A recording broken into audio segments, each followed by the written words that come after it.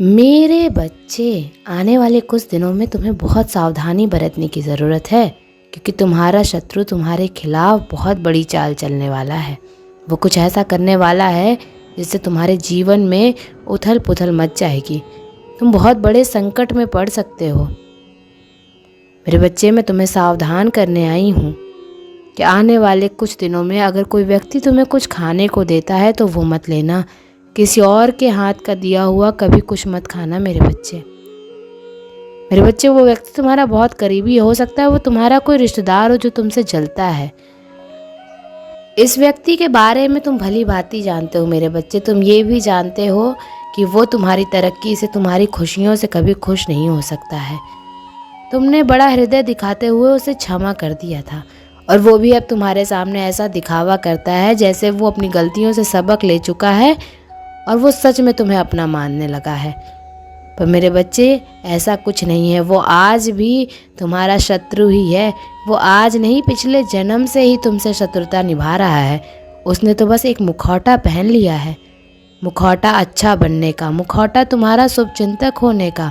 वो तुम्हारा शुभचिंतक नहीं है, और आने वाले कुछ दिनों में वो बहुत बड़ी चाल चलेगा।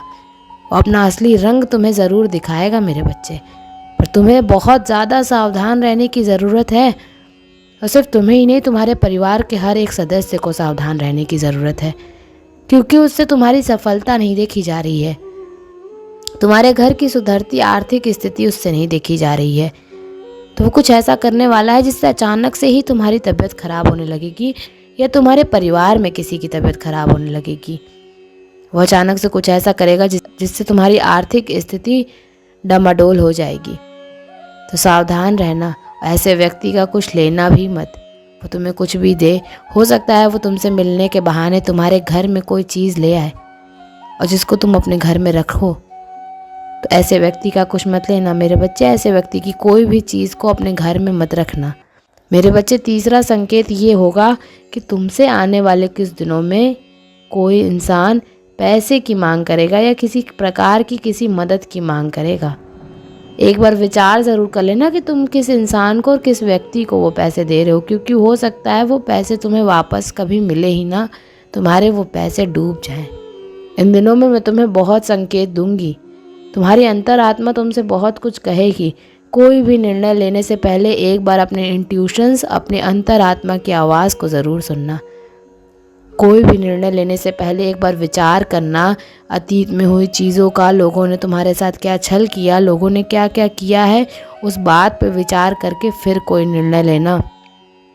आने वाले 15 दिनों में बहुत ज़रूरी है कि तुम अपनी बुद्धि का प्रयोग करो, ना कि अपने हृदय का, ना कि अपने दिल का। आने वाले कुछ दिनों में बहुत ज़रूरी है कि तुम जहाँ काम करने जाते हो वहाँ भी तुम बहुत सावधानी बरतो, क्योंकि वहाँ पे भी तुम्हारे ऊपर कुछ इल्ज़ाम लगाए जा सकते हैं। वहाँ पे भी कुछ ऐसे लोग हैं जो तुम्हारी तरक्की से जल रहे हैं, जिनको ये लग रहा है कि तुम उनके बाद से वहाँ काम कर रहे हो, लेकिन तुम्हारी तरक्की उनकी अपेक्षा में ज़्यादा है। तो वो लोग भी तुम्हें नीचे खींचने की कोशिश करेंगे, पर तुम्हें इन बातों से घबराना नहीं है। मैं तुम्हारी रक्षा कर रही हूँ, तुम्हारा कोई कुछ बिगाड़ नहीं सकता मेरे बच्चे। पर हाँ, ये लोग जो चाल चलेंगे, इससे तुम्हारा मनोबल कम हो सकता है। इससे तुम्हारे भीतर नकारात्मक ऊर्जा प्रकट हो सकती है, जिसको तुम्हें संभालना है। तुम्हें मुस्कुराकर और डट कर इन चीज़ों का सामना करना है, और बहुत सोच समझ कर कोई निर्णय लेना है। बहुत सोच समझ कर कहीं पर पैसा लगाना है, या किसी को कुछ देना है, या किसी से कुछ लेना है। तुम्हें आने वाले 15 दिनों में भावनाओं में नहीं बहना है मेरे बच्चों। किसी पर भी आंख बंद करके यकीन नहीं करना है। मेरा ये सुझाव है तुम्हें कि तुम हनुमान चालीसा का पाठ करना शुरू कर दो। स्वयं हनुमान जी तुम्हारी रक्षा करेंगे और शत्रुओं का नाश अवश्य करेंगे। ओम नमः शिवाय।